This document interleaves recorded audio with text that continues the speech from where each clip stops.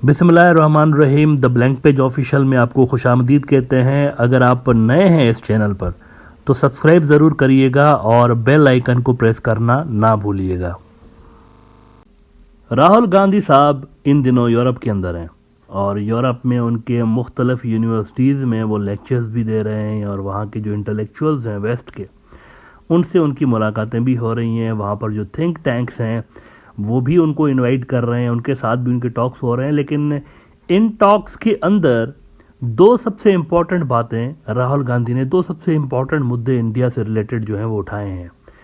एक तो राहुल गांधी ने ये कहा है वहाँ पे कि ये जो बीजेपी है ना, ये इंडिया के स्ट्रक्चर को बेसिकली तबाह कर रही है।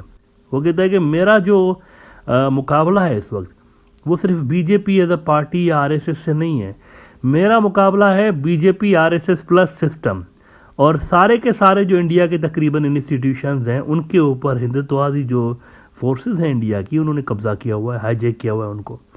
अब ये बात जब मैं यहाँ पर ब्रॉडर व्यू में कर रहा होता था आज से 1.5-2 साल पहले, तो यही हिंदुत्ववादी ठग मुझे कहते थे कि नहीं आप प्रोपेगेंडा कर रहे हैं। लेकिन अब इंडिया का अपोजिशन लीडर खुद कह रहा है कि हमारे तमाम जो इंस्टीट्यूशंस हैं उनके ऊपर कब्जा हो गया है बेसिकली, और उनको आरएसएस और बीजेपी ने कंप्रोमाइज किया हुआ है।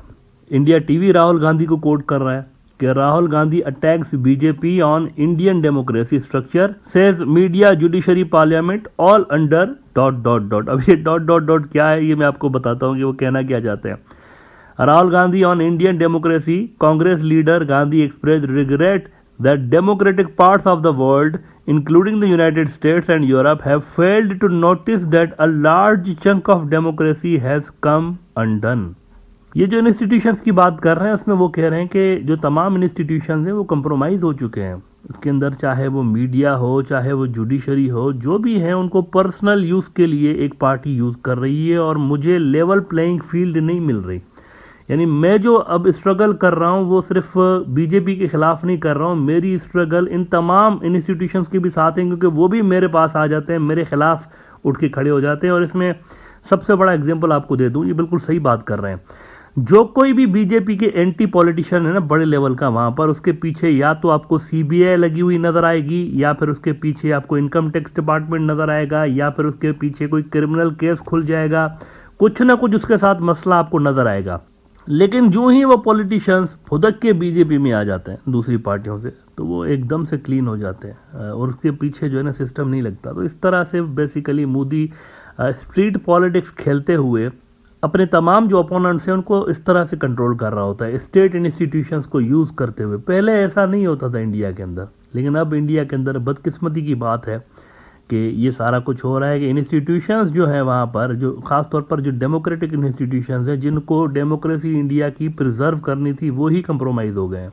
अच्छा, एक बड़ी इंटरेस्टिंग बात वहाँ पर राहुल गांधी ने ये भी की, इसको इंडिया टीवी भी कोट कर रहा है कि the BJP wants India to be silent, they want it to be quiet because they want to be able to take what is India's and give it to their close friends. Adani साहब का scandal आपने देखा अभी, कैसे India के resources, national resources Modi के financer के ऊपर लुटाए गए।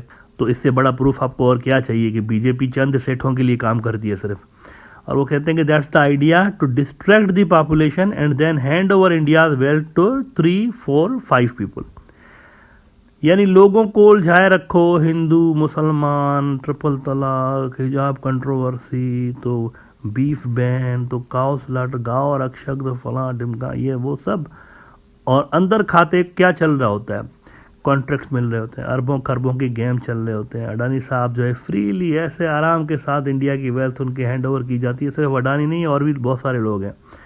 इंडिया के टोटल जो जीडीपी है उसका 1% जो है अडानी का लोन इतना ज़्यादा है एक बंदे के ऊपर, और ये सारा लोन इसको ऐसे ही नहीं दिया गया इसको। यानी ये जहाँ पर भी जाता है बिजनेस शुरू करने, स्टेट के ही रिसोर्सेज से स्टेट के कॉन्ट्रैक्ट खरीद रहा होता है, बैंक लोन लेता है गवर्नमेंट के बैंकों से, और उन्हीं के ज़रिए फिर गवर्नमेंट के जो कॉन्ट्रैक्ट्स है वो ले रहा होता है। तो अपना कुछ भी नहीं होता इसके अंदर।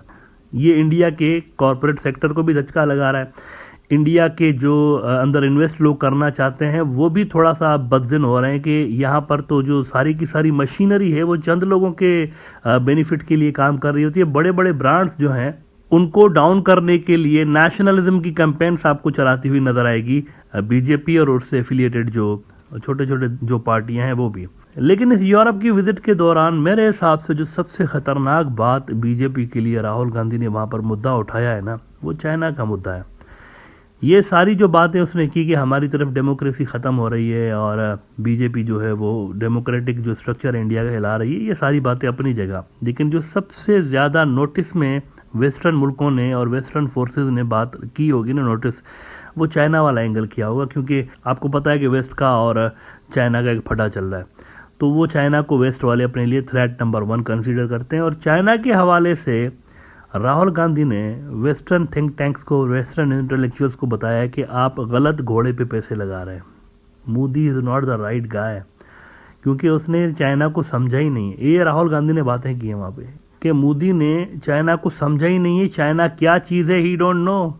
वो एक अंगूठा छाप किस्म का इंसान है, ना वो समझता है, ना उसकी टीम के लोग समझते हैं, ना जयशंकर समझता है कि चाइना क्या है और इसकी स्ट्रेंथ क्या है, उसको कैसे काउंटर करना है। बीजेपी को कुछ पता नहीं है। और उसने बल्कि वेस्ट को आईना दिखाते हुए कहा है कि आप तो समझ रहे हैं कि मोदी हमारी हेल्प करेगा चाइना के खिलाफ, ये खुद तो डूबेगा भी, आपको भी डुबोएगा, क्योंकि ये बाहर तो क्या खाक चाइना को फेस करेगा, मुल्क के अंदर ही चाइना हमारे 2000 स्क्वायर किलोमीटर ले गया है और हम उस पर बात भी नहीं कर सकते, चाइना का नाम भी नहीं ले सकते। ये तो प्रोटेक्ट कर रहा है चाइना को असल में, और पार्लियामेंट में भी हमें बात नहीं करने दे रहा वहां पे चाइना के खिलाफ। एक होता है ना, हमारी जमीन निकल गई, हम अपने अवाम को बताएं तो सही कि हमारे साथ कितना बड़ा जुल्म हुआ है, हमारी जमीन आज से छीनी गई है 2000 स्क्वायर किलोमीटर, लेकिन ये हमें वो भी नहीं बताने दे रहा, ना इसका ठग मीडिया और ना ये खुद जो है हमें पार्लियामेंट के अंदर अलाउड करता है कि हम चाइना पे बात करें। बिजनेस टुडे को मैं देखें, रेफरेंस बड़ा जरूरी होता है कोट करना। बिजनेस टुडे को मैं कोट कर देता हूं, राहुल गांधी ने एग्जैक्टली कहा क्या है, ये जरा आप एग्जैक्ट वर्ड्स देखें इसके। वो कहता है कि इट्स अ शेम, कितनी बेशर्मी की बात है। Rahul Gandhi says no concept of opposition can't raise China issue in parliament. Rahul Gandhi said that it is ingrained in the principle of BJP to not fight someone stronger than me। ये वैसे typical हिंदुत्ववादी जो एक माइंडसेट है ना, ये वो है। और चाणक्य नीति, ये राहुल गांधी उसको हाईलाइट कर रहे हैं। चाणक्य की पता है क्या थ्योरी है, क्या फिलॉसफी है, कि अगर दुश्मन आपसे ज़्यादा पावरफुल है तो झुक जाओ, ये उसकी आइडियोलॉजी है। फाइट बैक नहीं करो, उसके साथ रेजिस्ट नहीं करो, आपको खुद को डैमेज होगा, झुक जाओ और जो वो कहता है मान लो। यानी इसके अंदर कोई उसूल पसंदी नहीं है। चाणक्य की जो एक थ्योरी है ना, वो फरेबी किस्म की और धोखेबाज किस्म की थ्योरीज हैं कि दुश्मन ताकतवर हो ना तो झुक जाओ। ये वेल डॉक्यूमेंटेड उसकी फिलॉसफी है। उसके साथ रेजिस्ट मत करो, आपको खुद को डैमेज होगा, लेकिन दुश्मन अगर कमज़ोर हो ना, उसको ऐसी की तैसी फेर दो उसके साथ। This is what they believe actually. ये जो आरएसएस के जो फाउंडिंग फादर्स थे, गोलवाकर साहब और सावरकर, ये सारे जो थे चाणक्य के भक्त थे बेसिकली। अच्छा, चाणक्य वैसे था पाकिस्तानी, ये आपको अजीब बात बताता हूँ। चाणक्य जो था ना, आज का जो पाकिस्तान है ना, ये वहाँ का है। चाणक्य इंडिया में आज के में पैदा नहीं होता। Chanakya was basically from Taxila, Islamabad से थोड़ा दूर एक शहर है, उसके आसार तो खैर आज भी हैं। उसके पास एक और भी शहर है इसी नाम से, टेक्सला के नाम से आज भी, लेकिन वो जो असल शहर था हज़ारों साल पहले, उसके आसार हैं वहाँ पर। और एशिया की शायद सबसे बड़ी जो यूनिवर्सिटी वहाँ पर हुआ करती थी, कई जगहों से लोग आकर वहाँ पर पढ़ते थे। बड़ी एक ज़बरदस्त किस्म की सिविलाइजेशन थी यहाँ पे टेक्सला के मकाम पे। चाणक्य इधर पैदा हुआ था टेक्सला में। तो बेसिकली ये है पाकिस्तानी, लेकिन ये वाहिद पाकिस्तानी चीज़ है जिसको बीजेपी ऑन कर रही होती है। तो राहुल गांधी असल में वही चाणक्य नीति इनकी बता रहा है कि ये कभी नहीं लड़ेंगे चाइना के साथ, इनके ब्लड में ही नहीं है, आरएसएस और बीजेपी वालों के ब्लड में ही नहीं है। देखे ना, जब ब्रिटिशर्स इंडिया के ऊपर काबिज थे तो ये लड़ते थे क्या, ये तो उनके सामने झुक गए ना। सावरकर ने क्या लिखा था ब्रिटिशर्स को, महारानी को क्या लिखा था, इंग्लैंड की महारानी को, यू आर ओबीडियंट सर्वेंट, नहीं you are most obedient servant, आपका नौकर हूं मैं, तो नौकर, पांव की जुत्ती। तो ये लोग क्या लड़ेंगे ताकतवरों के साथ, इनकी तो हिस्ट्री नहीं रही।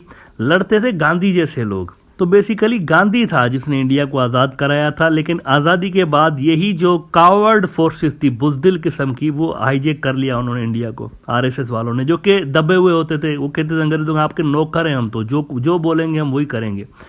और आज़ादी के बाद ये फन्ने खान 56 इंच का सीना, हमने ही आज़ाद कराया इंडिया को और हाईजेक कर लिया सारा सिस्टम।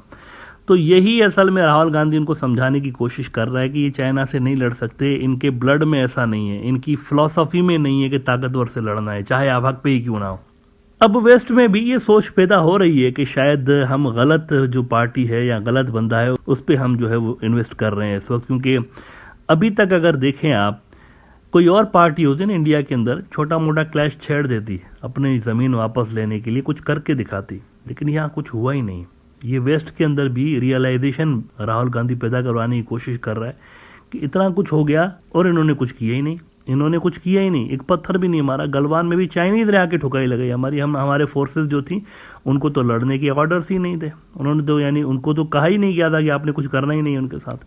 अब ये जो चाइना वाला फैक्टर है ये बीजेपी को सबसे ज़्यादा हर्ट करेगा। वेस्ट के अंदर उनके खिलाफ जो नैरेटिव बनेगा वो चाइना पे बनेगा कि ये चाइना के खिलाफ स्पाइनलेस हैं और वेस्ट की कोई हेल्प नहीं कर सकते।